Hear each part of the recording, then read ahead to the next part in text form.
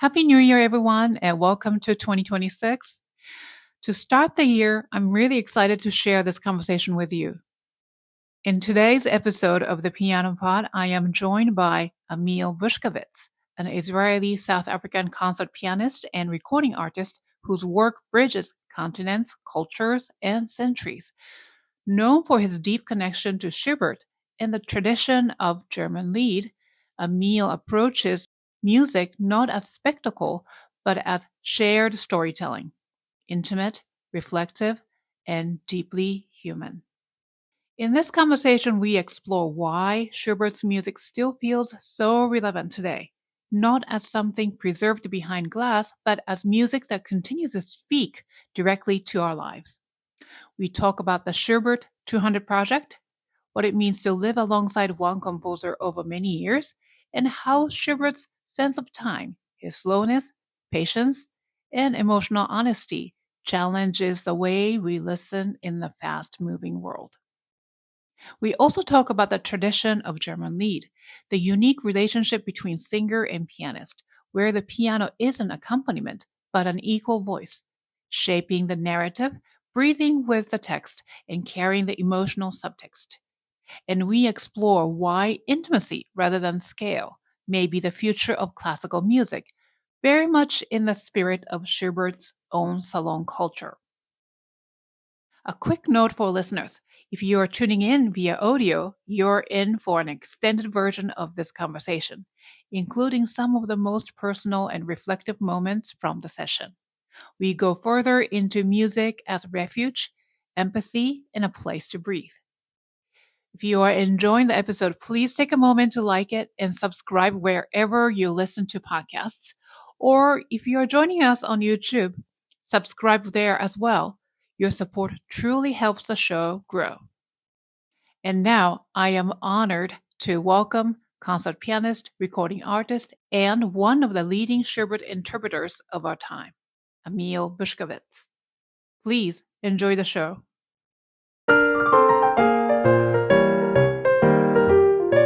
You are listening to the Piano Pod, where we talk to the brightest minds in the industry about how they are bringing the piano into the future and thriving in a complex, ever-evolving world.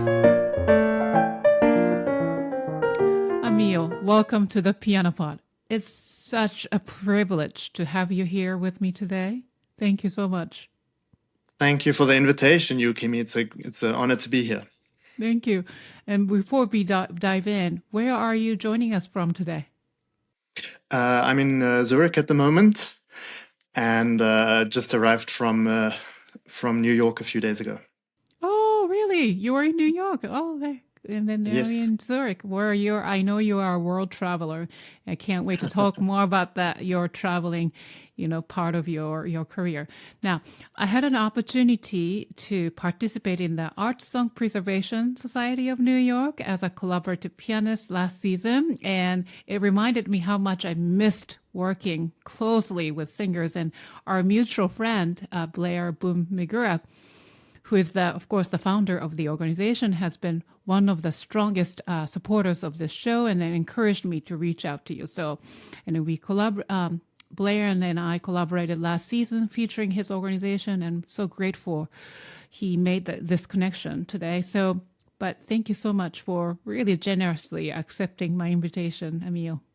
No, thank you. And yes, as you say, Blair is such a wonderful person, both as a human and as a organizer and a connector of various people and organizations. I'm really happy to know him and to have worked with him as well. Oh, wonderful. Yeah. So now you've built such a fascinating career that moves fluidly from, being a solo pianist and chamber musician, and especially the world of art song, from the intimacy of Schubert's Lieder to major recital stages around the world. And I'm genuinely struck by how extensive your recordings are, from solo projects to collaborations with some of today's leading singers. Your career bridges solo performance and collaboration, especially in the world of art songs. So, what would you say is the core passion or mission that ties all these worlds together? Well, I think as a pianist, playing solo and working with singers, I think the thing that ties it together is the melody, the just the beautiful melody, which is something so ancient and so primal in humanity. You know, sitting around campfires thousands of years ago, singing together. That's something that's connected from our ancestors and from our childhood. And as a pianist, that's just something that I love. Is, of course, as a pianist, we have harmony as well as melody, um, and that's also wonderful to have both worlds. But for me, I just love beautiful melodies, and especially with Schubert, there's this great simplicity that again is very primal, I find. Wow, well said. I was Mhm.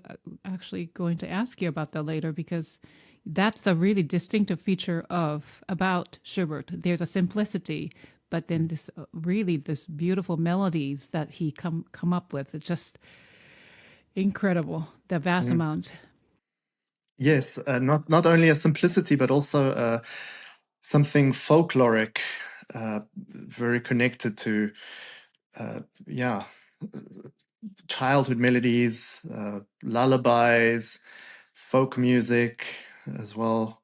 Actually, just by chance, this behind me is a painting, Aboriginal painting by an Australian artist who who lives in the outback and painted this. It's a bushfire, so that's something that maybe is connected as well to the folkloric and to the ancestors.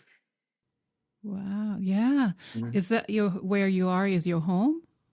Yes, yes, Hmm. exactly. Okay, so you are Mhm. currently based in Zurich as an artist. Yes, I travel between Zurich and Germany, but yeah, this is one of my bases, which I'm fortunate to have. Oh, wonderful. Mm. So let's continue our conversation with speaking of Schubert, Schubert 200 project. Oh, what an amazing project that you're working on, and then it's a large scale lead focused collaboration with baritone Samuel Hasselhorn. Am I pronouncing his name correctly? Yes, yes, perfect. And well, great, and that will result in 5 albums of Schubert songs from his final years and building toward the 200th anniversary of Schubert's death in 200 later. That will be 2028, which is 2 years from now. By the time this episode will be out, it's 2026. So tell us what this project is really about and where you are in the process right now. Well, yeah, thanks for asking. Samuel and I have known each other for many years, and as you say, he's a wonderful baritone and wonderful lead interpreter. And we actually during COVID, I jumped in for a concert, and that was our first performance with together. Um, and it just went so well, and we enjoyed it so much that we decided to do a recording project together with the label Harmonia Mundi, with whom he was already recording. And we discussed various possibilities and unknown composers and maybe repertoire that's been neglected. And in the end, we thought, well, why not Schubert, which has been, of course, recorded a lot, but there's still, as with great works of art, there's always something new and always new nourishment and something to discover, new ways to approach it, new ways to shine different light, different lighting on the songs. Uh, and we proposed it to Harmonia Mundi, who surprisingly for us agreed on such a large, long-term project. Because as you know, the recording industry today is going through a sea change. It's a bit difficult with online platforms and music streaming. So we are really grateful to Harmonia Mundi for, believing in us and believing in this project. So we're very excited about it. We're 2 discs down, or 2 albums, and the 3rd album is coming out early next year. It's called Hoffnung, Hope, which we thought is very, it's very fitting for this time and the place in which we find ourselves in the world in general. And also it's 200 years since Schubert wrote these songs. So for us, it's almost like a journey together with Schubert during his last years, which is very special and unique. Wow. So for listeners who may not realize the sheer scale of Schubert's output, roughly how many art songs did he write? Do you know? He wrote over 600. So Wow. there's a lot. Mm-hmm. Yes. And the scope of his compositions are so varying from something like Heidenröslein, which is almost like a folk song. Well, it is basically a folk song, to songs like Die junge Nonne or Der Zwerg, which were very influenced by English neo-Gothic literature and Mary Shelley and Frankenstein, these kind of Gothic horror stories. So really full-blooded romantic songs, and then some songs that are very classical in style and remind one of maybe Haydn or Mozart. So really a wide variety. Wow. I need to study more about Schubert art songs. Like, So do I. Yes. Wow, that's you just don't realize then. But you're with this 200 project, you're just focusing on the late songs, right? Like toward the end of his life, is that? Yes. Well, we're following Schubert consecutively through the last 5 years of his life. So 1823, he wrote Die schöne Müllerin, and we brought out the album of that piece in 2023. And so next year will be 2000. Well, this broadcast will be in 2026, and we will release songs from 1826. So exactly 200 years previously. Oh, wow. So the album that you released, that's the Licht und Yes, Schatten, Licht und Schatten, Light and Shadows.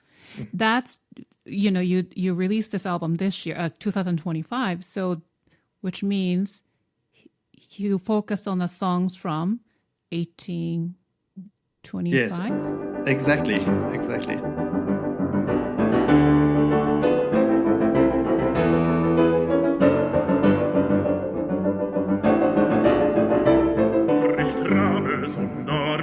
Rast mein gutes Ross durch Nacht und Regen. Was scheust du dich vor Busch und Ast und strauchelst auf den vielen Wegen? Well, that was a special album because we focused on 24 and 25. So we put those together in one album. And that's why there are also some solo piano works in between, interspersed in the album, because these years were very important for Schubert as a piano composer, solo piano composer. He wrote many sonatas and waltzes and Ländler during those years. I see. Wow, that's how you group. How makes sense. Wow, can you tell us more about these? The from 23 to 1828. Those years of his writing. Well, these years were seminal for him because in 1823 he discovered that he had syphilis. It was diagnosed with what was most likely syphilis, which in those days it was basically a death sentence. So he knew that he would not live a long life. He didn't know how long he would live, but it was just a matter of time. And he was diagnosed at a very young age. 25, 26 years old. So that was something that I think stayed with him the rest of his short life. He passed away at the age of 31, but there was this shadow of mortality that hung over him during those years, and I think it definitely influenced his compositional writing and his style.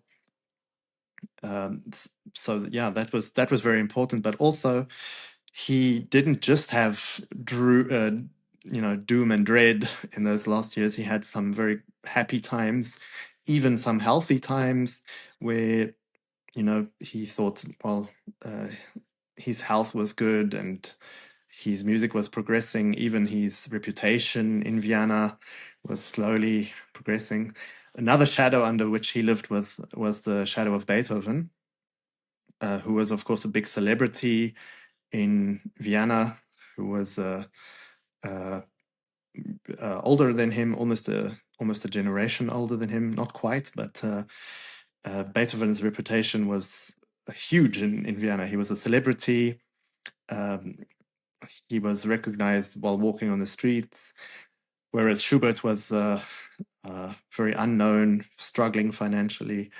In one of his last letters, he wrote to his mother, asking her to knit him a few pairs of socks, and it was very, very touching and moving. Are there any few songs or pieces in this particular those two maybe this Light and Shadow album that really stand out?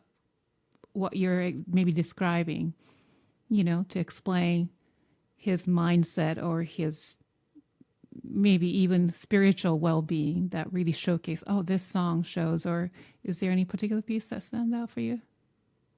Well, I think the combination of pieces are so astounding, and that's why we decided to call it Light and Shadows, because of course in painting you have the style from Rembrandt and Caravaggio, chiaroscuro, the style of the light and shadows, and this contrast between the very dark and the very light just makes things so dramatic. And for us, this album was about this chiaroscuro in Schubert's music, not only in the music itself, but also in his life and the juxtaposition of the mortality and the good health that was oscillating throughout his life, especially during those years. So a song like Auflösung, or a song like Die junge Nonne that I mentioned earlier, it actually mentions a lot of light and shadow. It mentions a storm coming and the thunder, but peace inside the heart at the same time. So, of course, for the romantics, nature was very important and often symbolized inner feelings as well. So, for example, a natural storm would be something that can be echoed in the human condition. And I think it's a very special song in Schubert's oeuvre, and I think that's something that is in a way biographical also for him, could be considered biographical. This tension between the highly dramatic and the almost thunderous emotion and something very calm and simple. I've been listening to this album and plus your piano solo albums too. So I have to revisit it again after listening what you just explained. It really gives you different perspectives, right? Yeah, wonderful. Now, I know you mentioned a little bit about the singer Samuel Hasselhorn and how you met him and so on, but maybe can you tell us more about the collaboration and also how did you, both of you, just to come up with this idea of Schubert 200? Obviously, the year 2028 really marks that 200th year or anniversary. But can you tell us the story? Well, of course, as a lead pianist, as a song pianist, Schubert is the summit. It's the Mount Everest of the great composers, and I love other composers. That's Mozart, Bach, Beethoven, Chopin. But in terms of Lied, as we spoke about, Schubert is really something very special. And I think both of us, Samuel and I, we thought at first that we should at all costs avoid Schubert because he's so well known, and because his songs have been recorded so many times by such great performers. We thought we're not worthy to even touch these songs.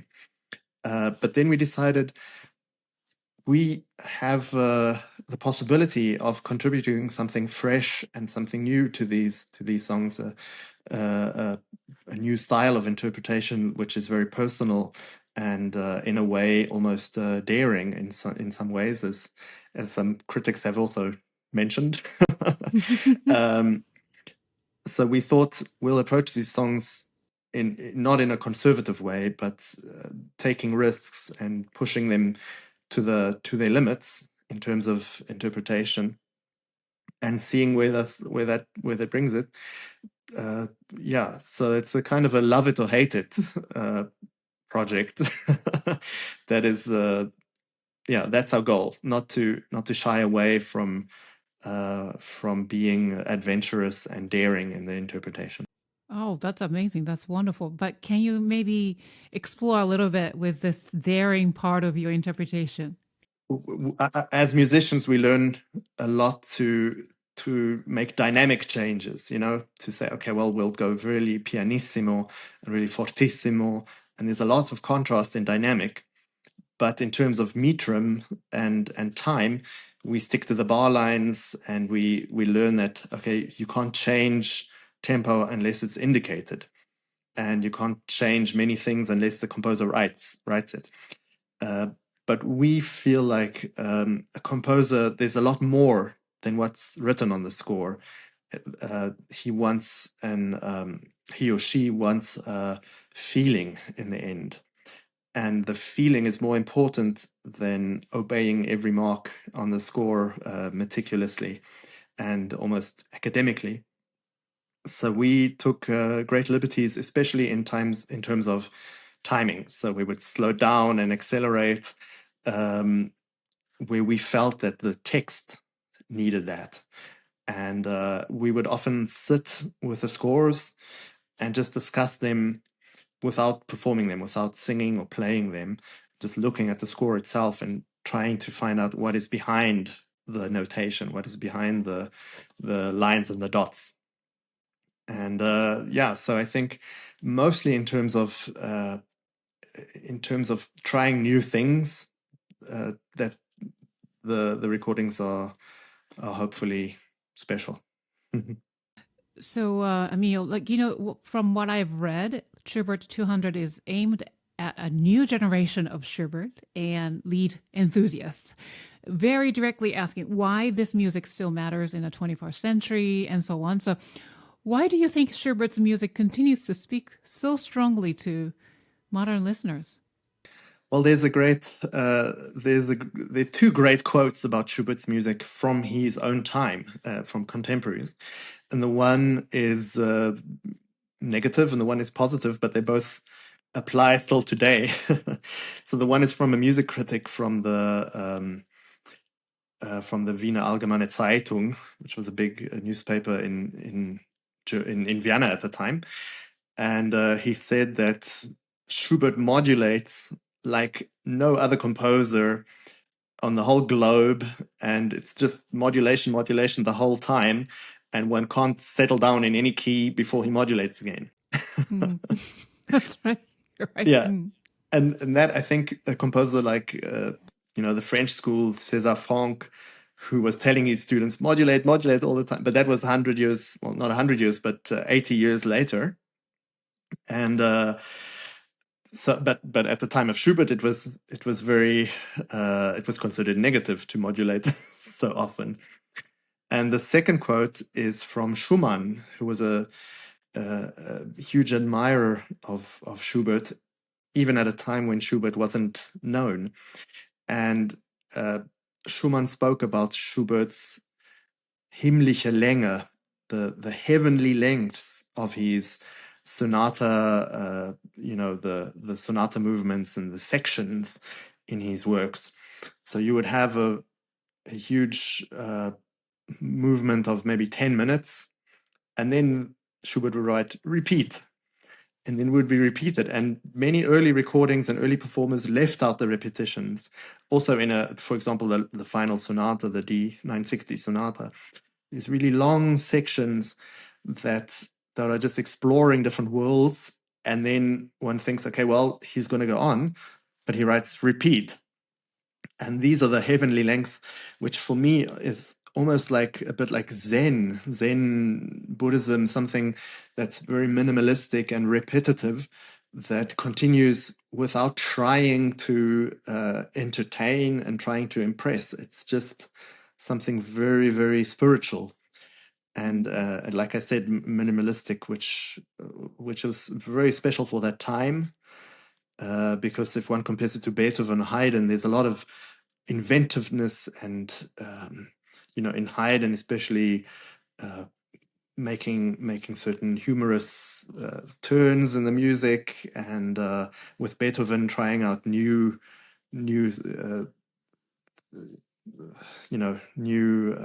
what would I say? How would I put it?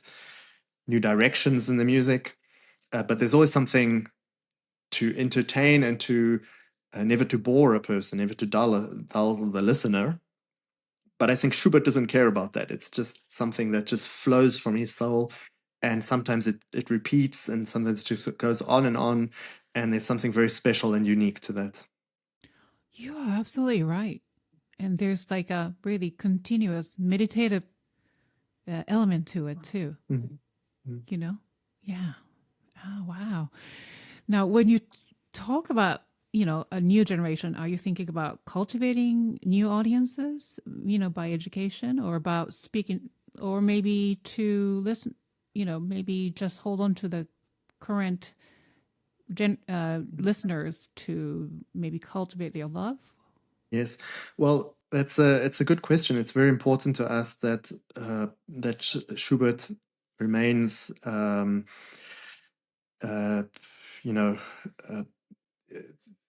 important in these times where things go so fast. With social media and everything's going so quickly. Instagram reels of 10 seconds, and we want to be entertained all the time. And I think it's very rare to sit down and have time to read a novel like War and Peace or Anna Karenina that's just so long and needs so much time and dedication, because the modern world is just so full of distractions.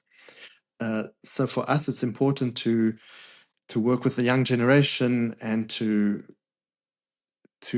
make a place for enjoying the time and the peace that's in Schubert, not to rush on to a new challenge, a new distraction.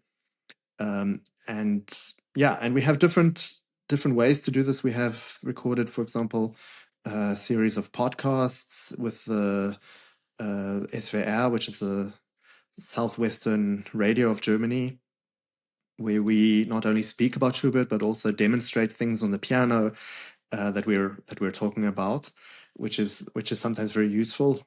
And we're planning to publish a children's book on Schubert, which is a heart project of Samuel's that has been for many years on his heart and mind. So that will be coming out, and we're teaching as well, different master classes and workshops for young singers. So that's our way of contributing to the younger generation. Oh, that sounds amazing, especially the children's book. Yeah. Are you going to talk about his life or music, or maybe all together in the book? Well, that's a good question. The plan, I won't give away too much, but the plan is to make something more abstract about a story that a child can relate to, and maybe is about something, connecting the world to the stars and to the night, to these themes that are so important to Schubert, life and the universe and the night sky, things like that are not only to Schubert but also to the Romantics in general. Yeah, so it won't be specifically about Schubert's life, but it will be kind of an introduction to his world. Wow, what a beautiful Mm. way to connect to young audience. I hope so. Imaginative, yes, definitely. Wow, beautiful. So now, alongside this lead project, you're also embarking on a separate long-term undertaking. Whoa, blows my mind. Recording of Schubert's complete piano works, right? Yes. Yeah. Oh, do you have like 48 hours in a day? I don't know how you do it, but wonderful. Now, I've been listening to Schubert Piano Works Volume 3, and which includes the Sonata number 15, I believe, and then Yes. also Moments musical, very famous cycle. Mhm. So what struck me was the clarity of your storytelling and how emotion emerges without being forced, and Schubert left us such an expansive body of piano work and sonatas impromptu. But where are you now in this journey, and how many volumes do you imagine still lie ahead? Well, yes, it is a huge undertaking, and I'm on the one side, I'm very honored and excited to be part of this project and to have this entrusted to me. But on the other hand, as you say, it's daunting and it's a lot of work, especially because I feel that these pieces are so great and so magnificent that they need the dedication to them. They don't. They don't. It doesn't do them service to just learn them and record them and move on. One has to really immerse oneself in the world that is behind them, and that takes time and just time and space to just like I said, this heavenly length which is in Schubert, it cannot be rushed. The project will be 9 albums in total. Wow. And the plan is to finish the project by 2028, which is the big anniversary, the 200-year anniversary of Schubert's death. And I just, as you mentioned, the volume 3 is the final works, the final sonata and the Moments musicaux.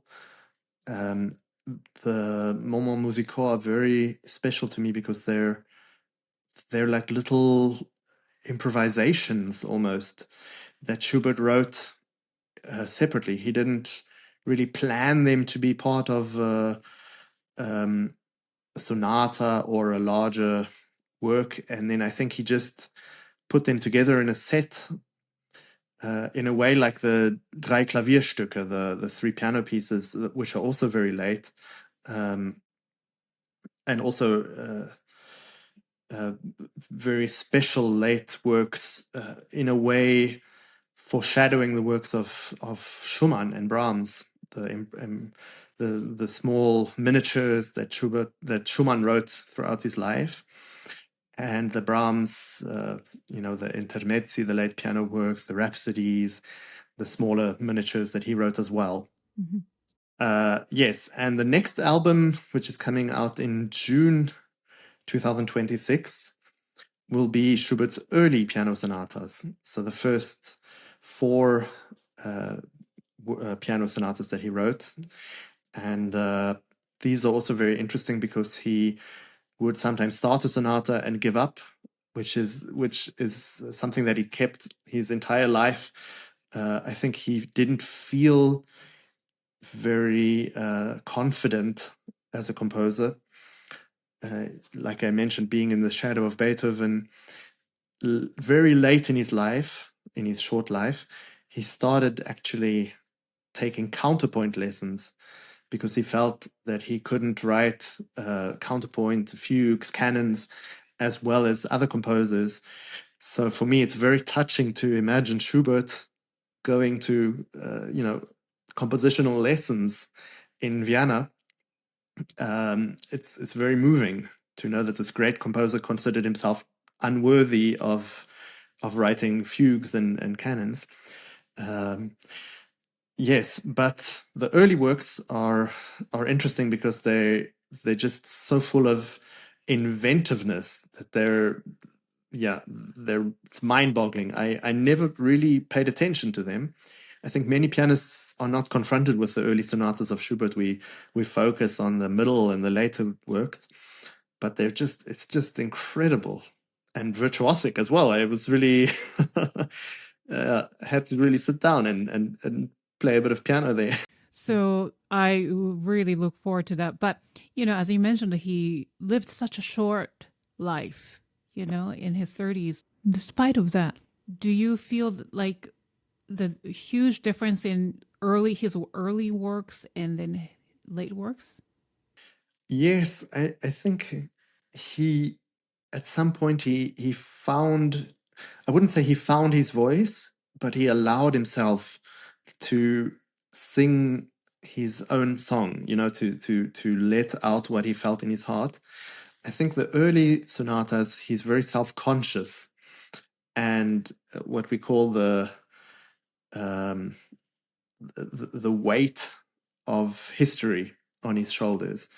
So when one studies music and studies composition, you go through all the older composers and the development of music theory and music history and compositions, and you feel like, what can I contribute now?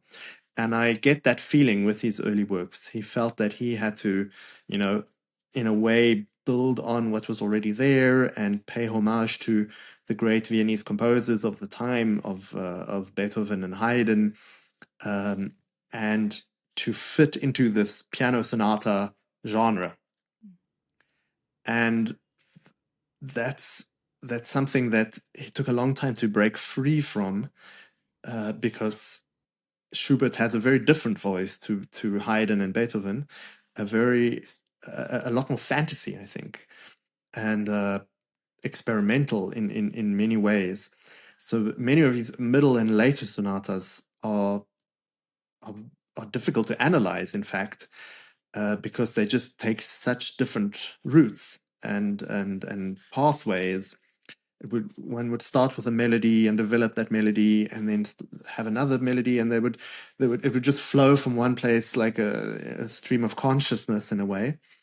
Whereas Haydn and Beethoven are like architects; they have everything constructed perfectly, and it's like a cathedral in a way. If you look at Beethoven's late piano sonatas, or the middle piano sonatas especially, the architecture is astounding. And then he would bridge the subject to the dominant, and then return to this key, and everything would have architectural meaning.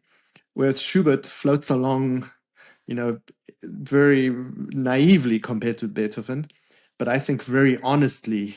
And so that is something that's very special with Schubert. I think also pianistically, it's interesting to note that Schubert was not a great pianist. He struggled even to play his own works, and he was in bad luck because nobody else played his pieces. So in order for someone to perform his piano sonatas, he would have to play them himself. And sometimes he would just stop in the middle and say, I just can't do this. The famous stories of the Wanderer Fantasy, where he threw his hands up in the air and started cursing and said, let's let the devil play this. So many of his works, I think, the large majority of his piano sonatas, symphonies, string quartets, he never heard. They were just never performed. And they were, it's just, it moves me almost to tears to think that this great music, the person who wrote them down on paper never heard them, which is, it's very moving to me.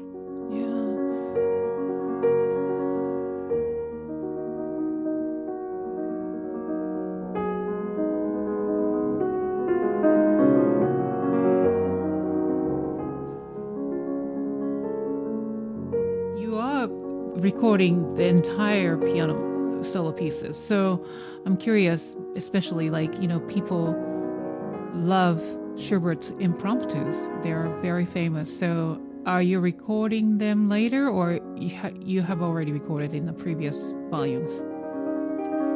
So the first set of Impromptus I've recorded, the D899, and the second set will be, in fact, the volume 5.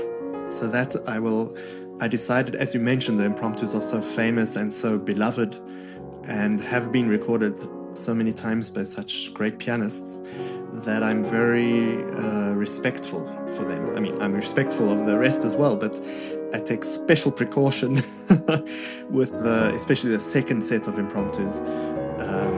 So I will be doing some solo piano tours with them before I record them, just to let them ripen a bit and mature before running to the studio.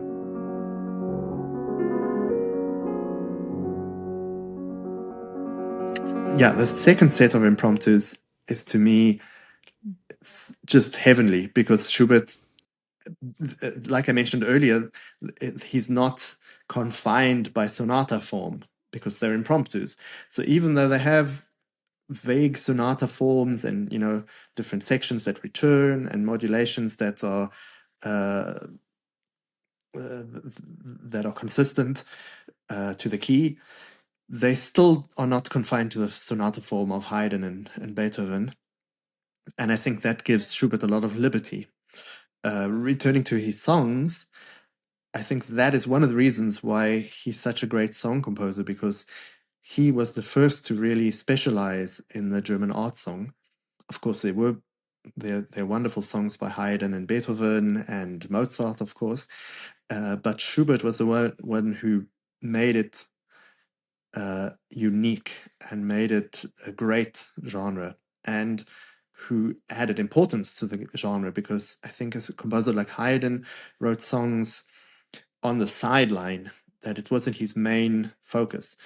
And of course, as a young composer, a string quartet or a symphony would be something that you pour your soul inside. But a song would be something that you write for entertainment, maybe, or just on the sideline. And Schubert, I think, was the first to realize that there's this great literature that needs a voice, and that gets an added life through the music. A poet like Wilhelm Müller would maybe not be known today if it wasn't for Schubert, who just felt a kindred spirit and notated the feelings that he felt through the words. So getting back to your question about the Impromptus, they're just such special works, and so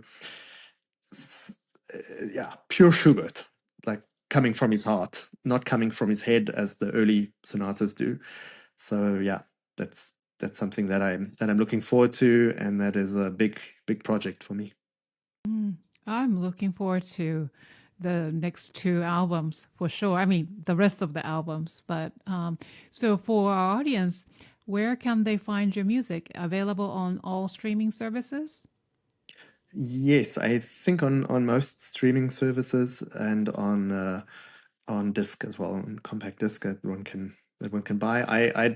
I myself don't even own a CD player, but I think yes, on all major platforms, Amazon, iTunes, or Apple Music, Spotify, of course, Deezer, Tidal, Great. available. But if they want to purchase the hard copy, where is a good place to go? Well, I think Amazon has availability, and the label itself, which is Hänssler Classics, they do sell as well. And of course, anyone who can't access a disc is welcome to write to me on my website, and I'll be happy to arrange that. Your website is your last name, right? Yes, Bushakevitz.com. Bushakevitz.com. Okay, I'll make Yes. sure to list that link in the show notes. So I encourage all my listeners to go ahead and either purchase the album, purchase expansive albums actually, or listen to them on your favorite streaming services. Reitet so spät durch Nacht und Wind. I kind of want to go back to the song part, like art songs, especially as a pianist, like functioning as a collaborative pianist. So you've spoken about the pianist's role as both a partner and then kind of also conductor and leading and following at the same time. So what are some of the challenges you encountered as a pianist over the course of your career as a collaborative pianist? Here in the United States, we say it, collaborative pianist, but I think there's a German word, Liedbegleiter? Is that Yes. how you pronounce it? I'm trying. Yes, I'm actually torn between two worlds because I understand collaborative pianist is very respectful, but for me, I personally have no problem with the term accompanist, because I think it's very beautiful to accompany someone on a journey, to accompany someone hand in hand is very, very special and very, very helpful to that person. It's not degrading, I think. And that's the word Begleiter in German is accompanist. So yeah, but and a collaborator, of course, in French and German, it has slightly negative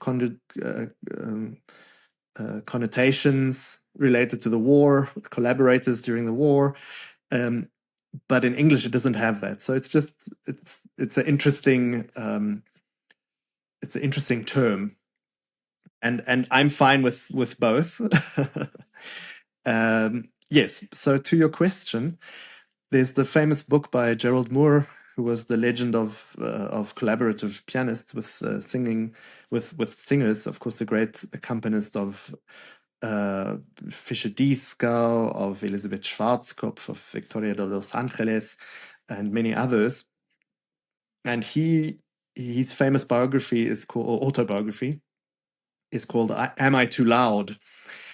And I often think about that because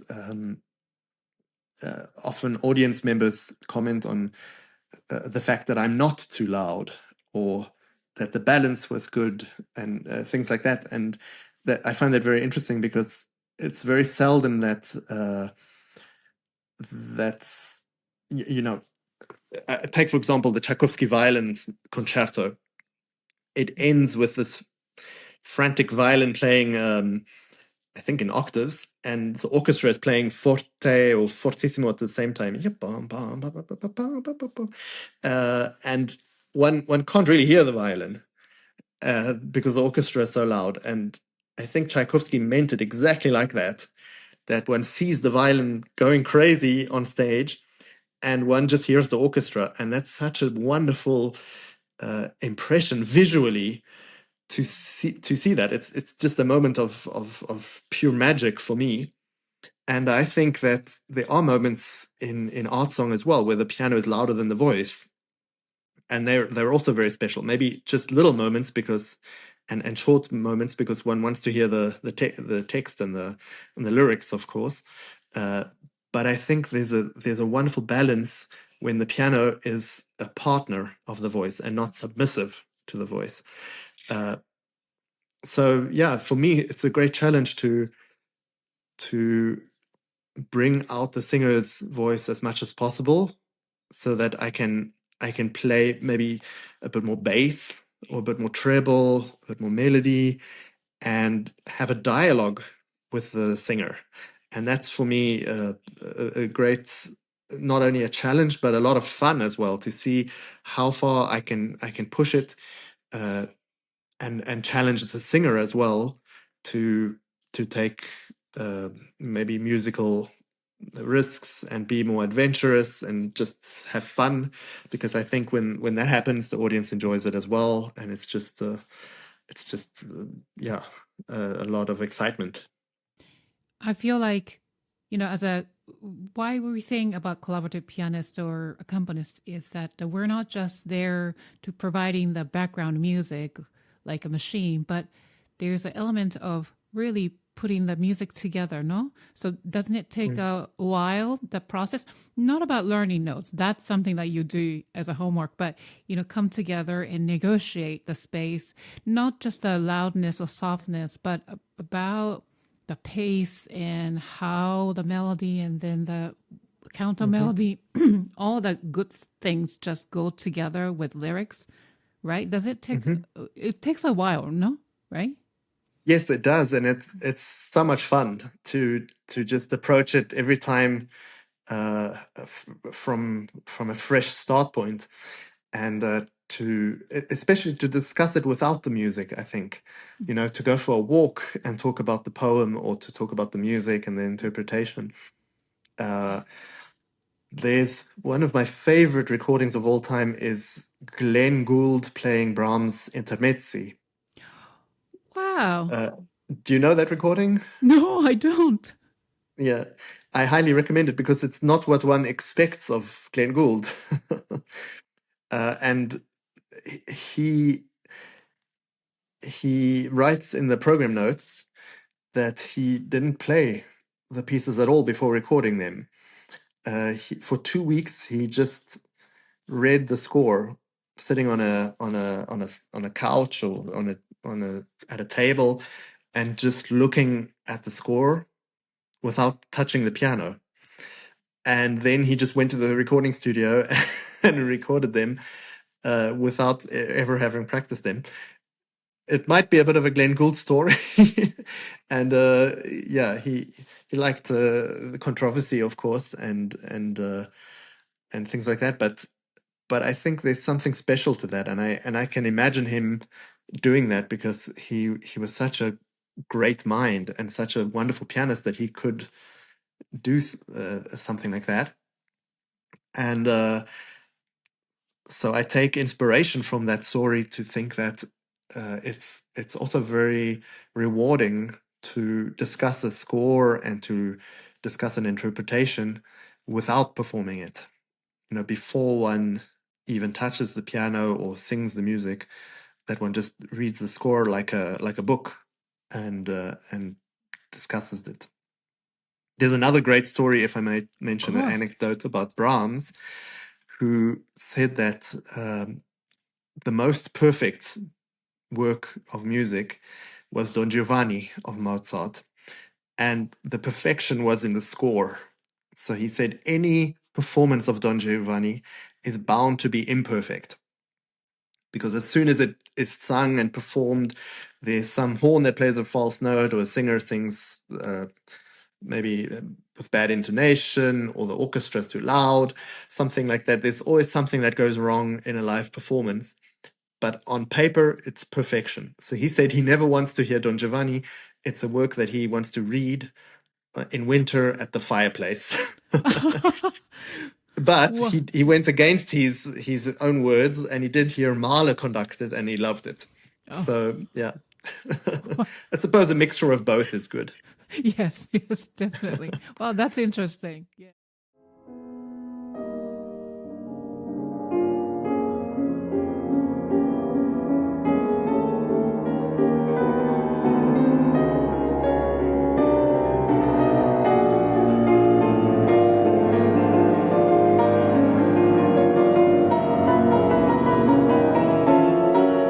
Ammiel, thank you so much for joining us today, for sharing your story, artistry, and journey throughout. Thank you so much, Yukimi. It's a great pleasure to have been here. Thank you. So for our audience, if you would like to explore more of Ammiel's incredible work, please visit Bushakevitz.com and listen to his acclaimed recordings available wherever you listen to music. And of course, a huge thank you to all of you for tuning in today. And if you enjoyed today's episode, please give it a thumbs up and subscribe to the Piano Pod on YouTube. Share and review this episode on favorite platform and tag us at the Piano Pod. It's one of the best ways to help our community grow, and we love hearing your feedback. For the latest updates, guest news, and stories that inspire creativity and connection, follow the Piano Pod on Substack, TikTok, and LinkedIn. We'll see you in the next episode of the Piano Pod. Thank you, Ammiel, once again. Thank you, Yukimi. All the best to you. Yeah, same to you. Before we close, just a quick note. The audio version of this episode continues beyond this point, where Ammiel and I dive even deeper into collaboration, teaching, empathy, and artistic legacy. You can find the full conversation wherever you listen to your podcasts. Thank you so much for being here.